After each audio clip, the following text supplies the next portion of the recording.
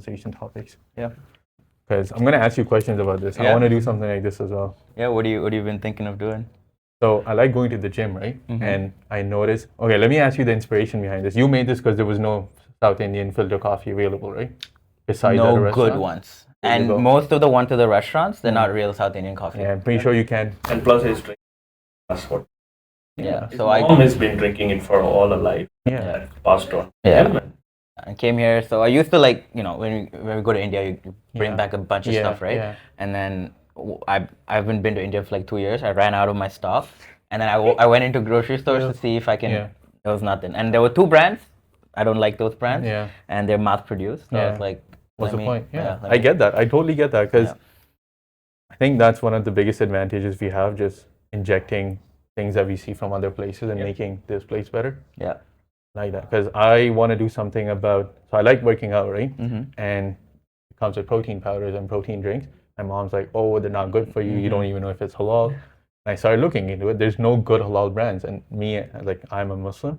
So I'm like, I should probably make it. So I love this. I'm going to ask you questions about this. That's something I'm working on as well. Nice. Like that, man. Nice work. Yeah. Get it in. Thank you. Well, hey guys. So we're back live again. So second episode with live, and we're joined with Abbas.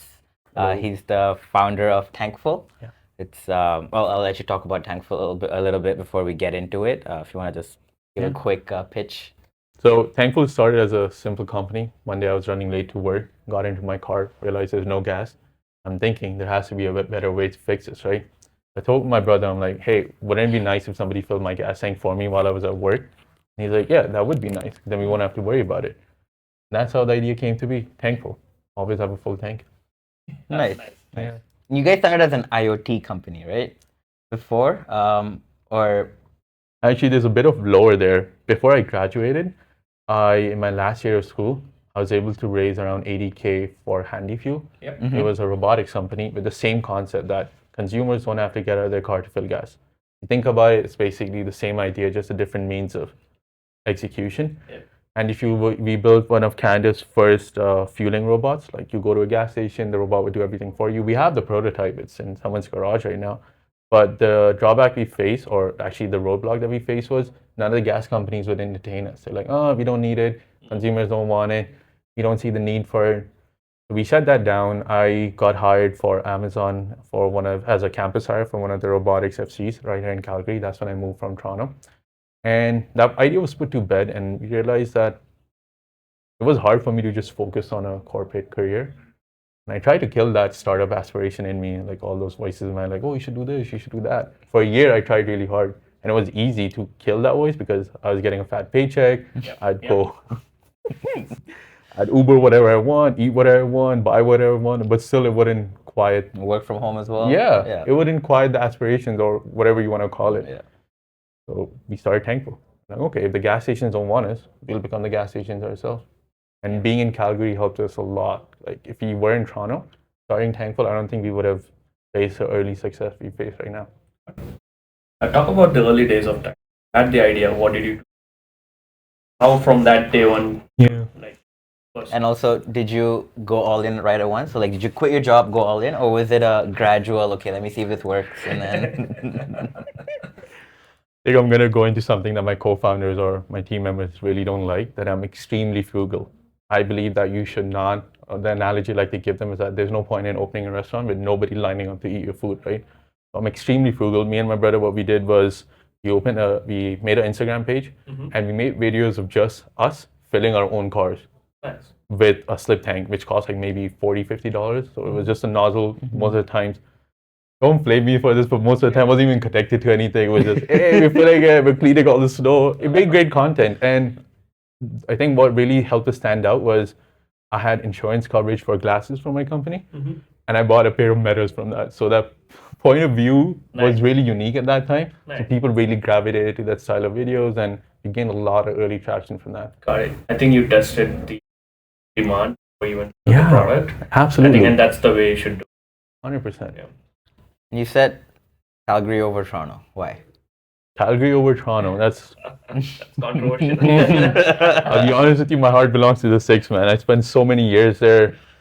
But look at this place we're sitting in right now. I don't think Toronto would have showed me this much love at this early stage of my career. Where Calgary has been like a day one fan since we got it. Platform's been so nice, and I think Toronto expects like, oh, you're somebody now. Okay, let's entertain you. Calgary is like, you know what? Let's grow together. I like that. I really like that. That's a lot of loyalty there. Even more like even when because obviously Waterloo, there's a lot of big companies out of Ontario. Yeah. So you would say even compared to that, at least maybe those are just meant for bigger like scale ups and bigger stage companies rather than because I've never been like I mean I've been to Toronto but I've never lived there, so I don't know the startup scene there. Yeah. But I just always assumed that it was a lot because a lot more innovation happens there. There's more money flowing into in tech in Toronto and Ontario. So but you would say that I chose my words very carefully. At this stage, it's very nice. Calgary is very welcoming to new entrepreneurs. Yeah. Toronto is very cutthroat. When I was in Handy Fuel in North York, or even actually Toronto itself, go to meetings in 51st Street, 51st floor of Bay Street. Like you're seeing everything, but it could go in an instant. Yeah. The fall is really quick. Like the elevator is going to take you up, but it's going to spit you back out too if you're not performing. Got it. I think I like that about Calgary a lot. Yeah, I think the province itself is trying hard to attract a lot of new entrepreneurs and for example, platform Calgary. Yeah, it's beautiful, man. It's beautiful, right? Yeah. Yeah, it's a province overall how they are performing, and I think if you're looking for a job and not a startup, I think Ontario is the and BC, Vancouver get a job, nice pay compared to Alberta. But I think startups, if you want to start your own, I think what is a 100%. And I think I like this analogy too, where it's better to be a big fish in a small pond because then you can make bigger waves. Yeah. Oh, that's good. So when I was doing research about TankFull and so the first thing that I thought about was Dubai. Yeah. But I'm sure you've heard of that, and because they have a bunch of companies doing what TankFull's doing over here. So did you get inspiration from them? And if so, how is it different here? Because Dubai, Abu Dhabi, ultra luxury, right? Yeah. The clientele, they don't wanna do anything that's not making them money. Almost that's the vibe that you get from there. So they want to save as much time as they can. Absolutely. I don't know if Calgary's there yet. So what are the differences that you see from a similar company in Dubai or Abu Dhabi versus here? And also, did you get inspiration from? It's actually nuanced because when I started this whole idea that you shouldn't get out of your car to fill gas, we started off as Handy Fuel, which was derived from disabled drivers trying to get gas. And it was a miserable experience for them. Imagine you buy like a 40,000 car, right? That's an average price of a car. You spend like another 20K just to make it accessible for you. And then you got to rely on your friends and family to fill gas for you. That's just sad. And I had a personal experience with it too. I broke my arm while skateboarding and I was at a gas station trying to maneuver. I'm like, what the heck? There has to be a better solution for this. So we started from the idea of accessibility, and that soon transformed into convenience.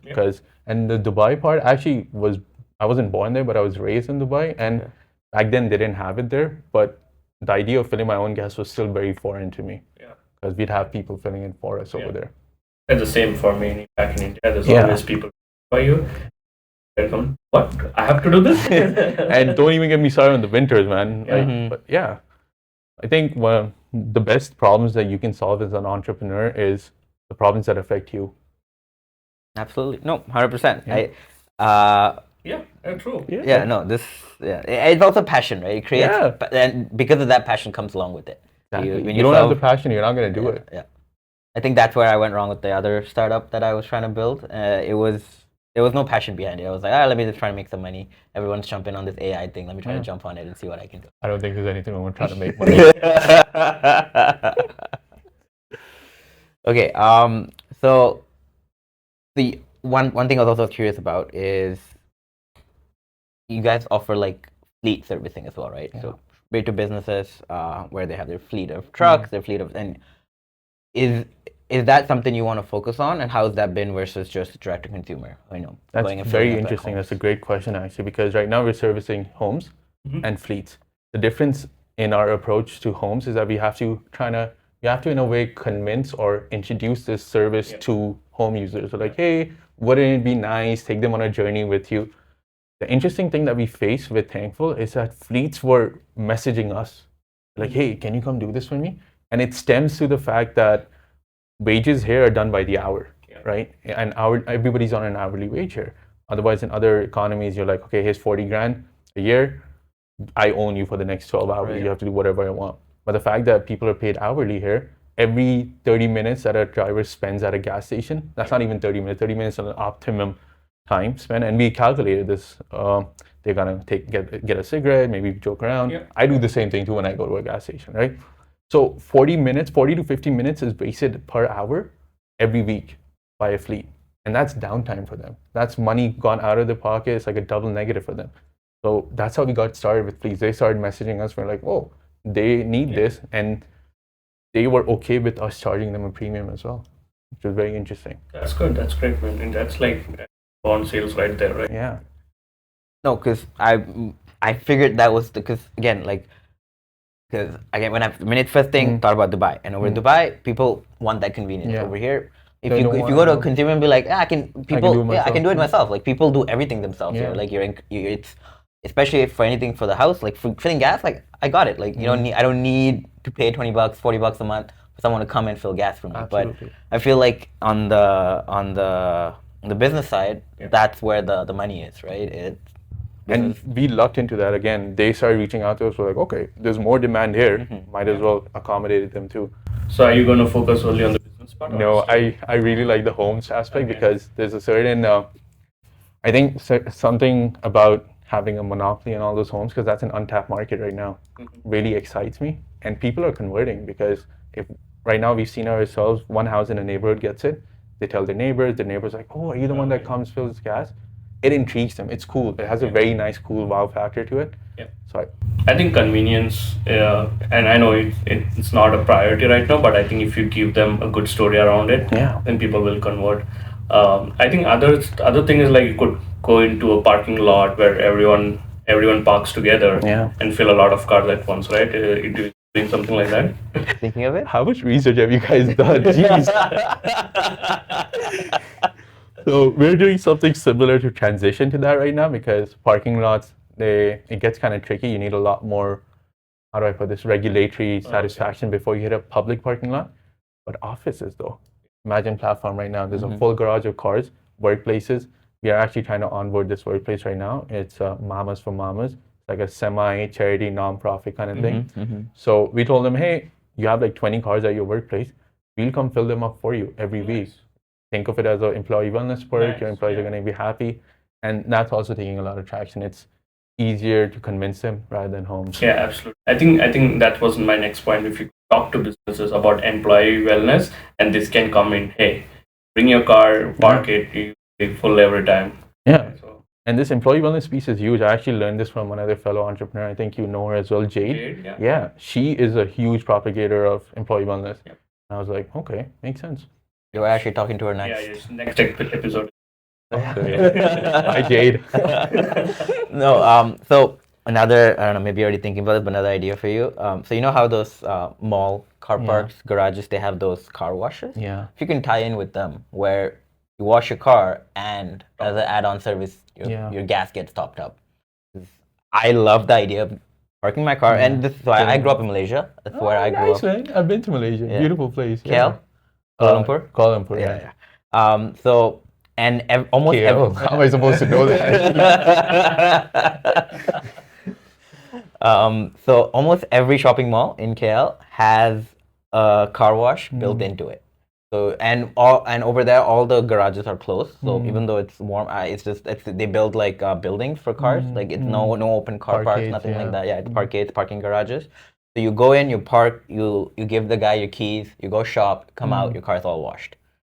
And I have noticed that there isn't as many car washes here, and I was contemplating of maybe doing it, but it just makes sense, like, because people are gonna leave their cars for at least an hour, 2 hours, and you get a service done that you gotta go take it to the car wash, you gotta wait there, like, it just ruins your whole day. Yeah, it's like a whole half a day affair. You gotta wake up and then go to a car wash, spend like 3-4 hours there cleaning it. Yeah, It's pretty annoying. I like that idea, man. Yeah, I actually drew inspiration from, you see those wind chip guys always sitting in parking lots.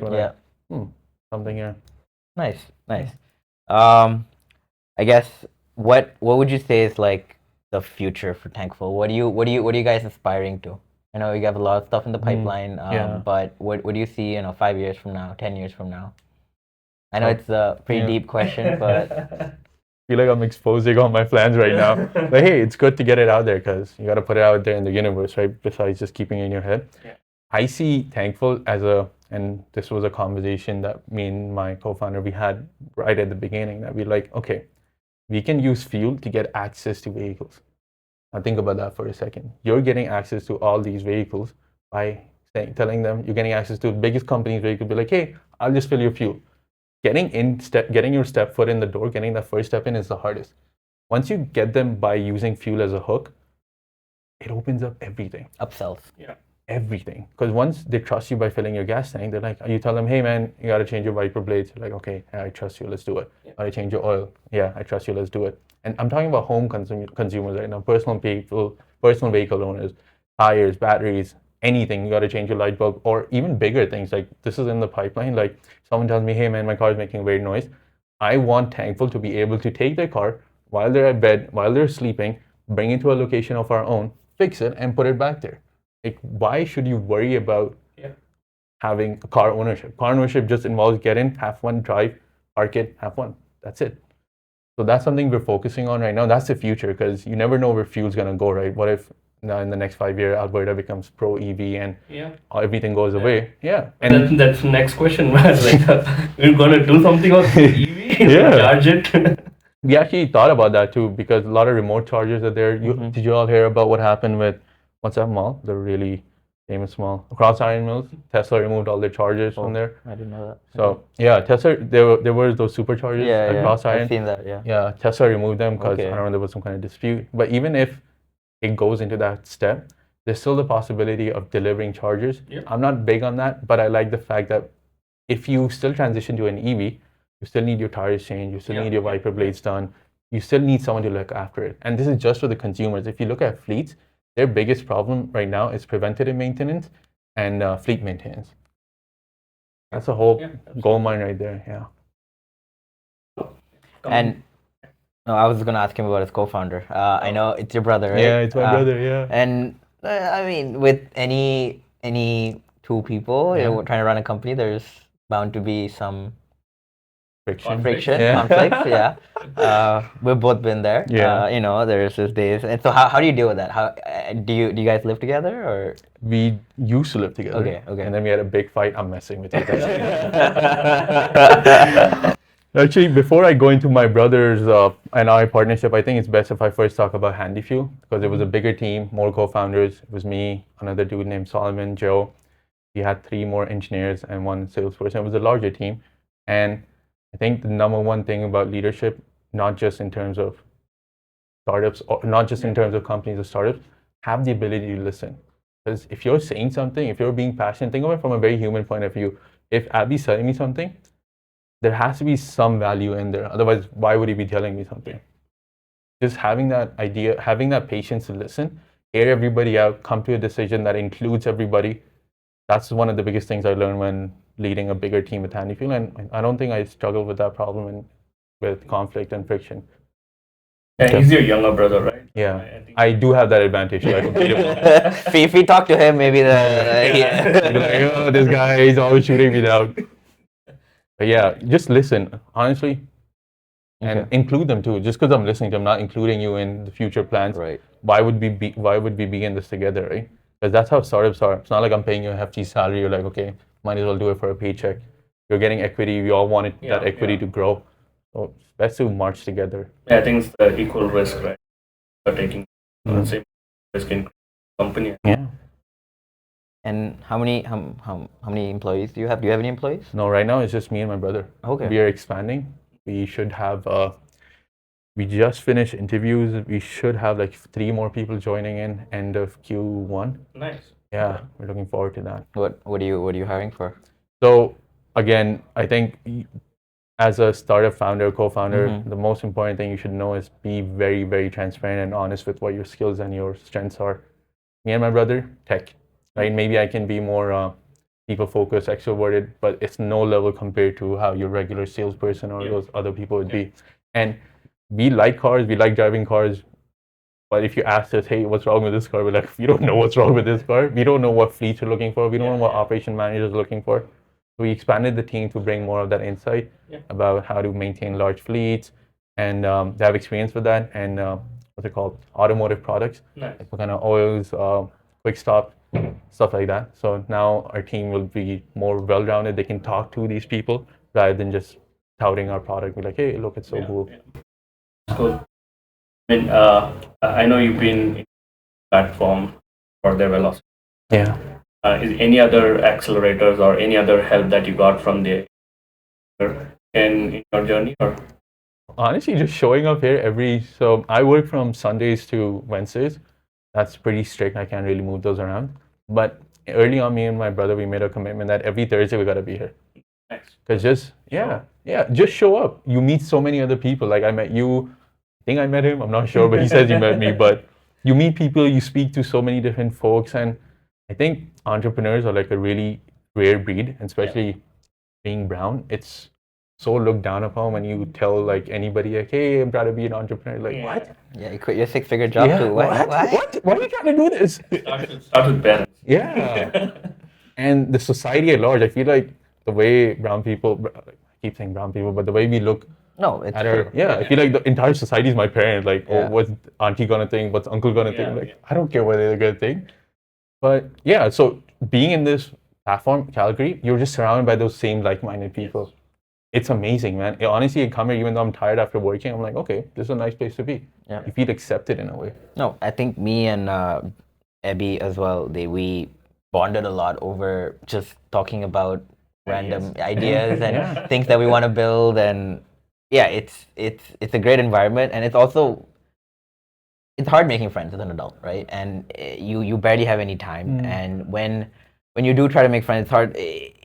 Entrepreneurship is such a lonely journey. Yeah. And I think that's also one of the reasons why we started this podcast, because I love this. Yeah, we don't wish entrepreneurship on everyone. I would say, like, and it doesn't sound like a brag, but a lot of people are not cut out for it. I think you were chosen, to be honest, because this was something, sorry to cut you off, but this was something I struggled with. Every day I'd ask myself for the past year when I just tried to cut entrepreneurship out of my life, like, why do I want to do this? It's miserable. It sucks. It's not paying me anything. I could be at home just chilling. Yeah. But it keeps calling you. Yeah. I don't think it can be, people say entrepreneurship cannot be taught. Sure, you can learn about what net profit is, what gross profit is, all that stuff. But the drive to just make something new, make awesome stuff. I think, and making something that people love, right? That's the passion that I have personally. Again, it's the same thing. Test the demand if people love it. Yeah. I think it's all that together that makes an entrepreneur. It doesn't care about being, but that's a joy of making cool stuff. Yeah. And I think on this paper you have like 2 stuff that I did, right? And there's only 2 stuff that I've been successful with. Like at least 50, 60 stuff. Like, oh, let's try this, let's try that. Nothing happened. All right, let's go back to the drawing board. Want to talk some about your failures? Because last episode, that's what we talked about. Both of us failing our startup. So, wait. You don't have to talk about all the 50 things. Maybe your biggest failure. I think one of my biggest and it's not even a failure. I feel like there's still potential. I just got to find the right loophole to make it happen. Because if you think about it, people still don't want Airbnbs, right? They're like, oh, they're trying to ban them. Uber taxis, they're trying to ban them. Our world around us is not built to the laws, the legal system, the bylaws, whatever you want to call them. They're not built for startups. Because startup is something that's never existed. Yeah. And to bring that to fruition, you got to come up, think of it, everything. And the current system is not aware of that. Yeah. So in Toronto, I used to have this problem almost like every night. I used to come home from school and I'd roam around my neighborhood looking for parking. Everything was paid. And there was this nice uncle. He used to live right next to us. He's like, oh, why don't you park in my driveway? I'm like, okay, nice. So while one of those days I'd drive around looking for a parking spot, I'd see so many parking driveways empty. I'm like, maybe I can get them to get hosted, listed. Yeah. And I tried to do that. They're like, oh, you cannot rent out your driveway. You can't rent out your driveway. But yeah, that's one of the failures. Not a failure, it's a roadblock that I'm still trying to actively figure out. Yeah. So you talked about the protein powder. Yeah, I really like that. I want to do that. No, because I also have this issue with where I try to start too many things at once. it's so hard. Like you have so many ideas, you want to try so many things, and your friend's like, "Hey, why don't we do this?" Fuck it, I'll do it. Yeah. And then, oh, I'll do this, I'll do this. So how do you? This is coming from a. Yeah. I don't know the answer to this because I Yeah. still struggle with this. How do you deal with prioritize and even pick and choose, like, and do you do it, like, is it just what makes you money, or like, okay, let me just do this, or I'll be honest with you right now. I think what makes, and this is going to segue into what I want to say next. You gotta have a good co-founder, man, and they gotta be disciplined. Discipline. Like people say, discipline. It means being organized. I can tell you right now, Abby's super organized. Aren't you organized? I don't know. This man sent me a calendar invite for a podcast. I'm like, whoa, that's hella organized. Okay. The bar is so low. honestly, if we don't have it on the calendar, we'll forget it. Yeah. So my brother's super organized, man. He's like, oh, why aren't you doing it like this? I made a Google Drive. Why aren't you updating the Notion? I'm like, why do you want me to do all this stuff? But it's important. And I think one of the few tactics that I recently employed, I'm like, okay, I have 7 days, right, in a week. One day, and I think Jack Dorsey, he also does the same thing. He's done like 3-4 companies, right? So I was like, okay, let's do this. The first 3 days, I have to work. Like that's committed to my 9 to 5, whatever. Let's ignore that. Thursday, I'm keeping it solely for platform. I gotta work on my TankFull stuff. Friday, I devote it to another company. I gotta do just this. Saturday, I gotta do just this. And the thing that makes it easy, have a good team. Because if they understand, like if your co-founders, if your team understands that, hey, all this dude can give me his ideas, I can't ask him to be organized and make a calendar or make an email or whatever. Yeah. The bar is already set. So you're delivering, you're performing, you're giving them what to do, and then you're moving on to the next thing. Set silos or days. That really helped me. I hope that helps you out too. Yeah, absolutely. I think I want to touch on this. Finding a co-founder is very important. I think you need to do a mini projects with the co-founder to see where the bandwidth or the doesn't match. Did you have something with your brother, before starting TankFull, like, something that, okay, we can work together as a team? I guess handy. Yeah. And if you're, But he was, my brother was not involved in that. Oh, okay. Yeah. And I think it's, again, big multi-million dollar question, right? How do you find the right co-founder? Maybe one of the ways you can look at it is that if you have a lot of, it's going to sound super controversial, but like if you have a lot of younger siblings, find some. Hey, Dad, do I have any siblings I don't know about? That's like a hallmark of a good co-founder. And I say, Hey, Dad, I want a co-founder. Help me out. because that, so co-founder, when I say co-founder, I mean someone who is next to the founder. Right. You can't have two co-founders. You can have one founder, one co-founder. Interesting. Yeah, you cannot have two founders because even in that dynamic, somebody has to unfortunately take the lead. And that's a heavy burden, but that's something else, right?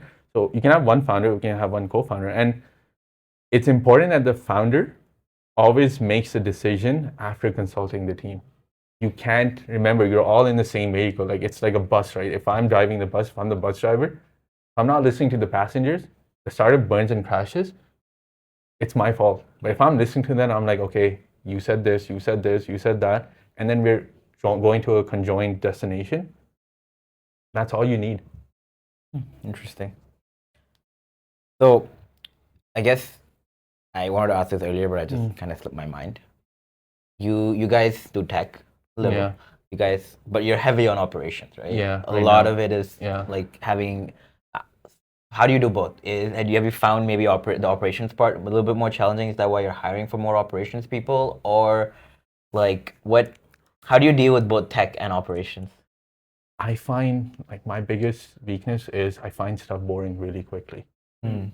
You ask me, hey, like I'll pay you like 6 figures. Like all you got to do is fill gas every week for 2 hours. I'll be like, tell me, like 4th week, 5th week. Then I'll start thinking like, okay, am I gonna do this for the next 30 years of my life? And that scares me, and that just makes me want to get out and break out. So the reason why, and see, again, you got to know who you are, right? I know that that's the kind of person I am. So I realized that I need to expand the team. I got to make sure that I build a product which is lean, sustainable. If it grows, the system exists. I believe that a good leader makes themselves redundant. I'm there. And the team is so good that at a point they're like, we don't need you. And that's a positive thing. That's a huge praise. I just need to supervise, not even supervise, just check, everything's okay. Awesome. You hit a roadblock, let's figure it out. And like, okay, coming back to the product, how does this work? And service an area in a day? Like, how does the product work? And you're going to the homes, the society. Yeah. So right now we have set up fueling times. Earlier, we had set up like 4 a.m. in the morning, so people would Before work get that. But we realized that sometimes if we had issues, it was a very time-sensitive period, because if we had any issues with our tech, we had to fix it. People would go to work with an empty tank. Yeah. So right now we started doing it at 8 p.m., 9 p.m., so the night before. Okay. So we just it takes us like 3 hours right now. We are able to fill up like 6, 7 cars. Okay. Yeah. And So- how many consumers do you service? Right now, so I like to look at our vehicles as our consumers. Okay. So even though we have 4 customers right now, we have around 7 vehicles. Okay, so some of them have 2 vehicles. And Yeah. stuff. Okay. And like, it's every day? Like, Every week. every week, Yeah. once in a week. Because that's how long your average gas tank lasts. Got it. By the time we reach them, because this was super important to us as well, if we go make a trip and we're spilling like maybe 30 liters out of the maximum 60 liters, that was a wasted trip for us. I think operational efficiency.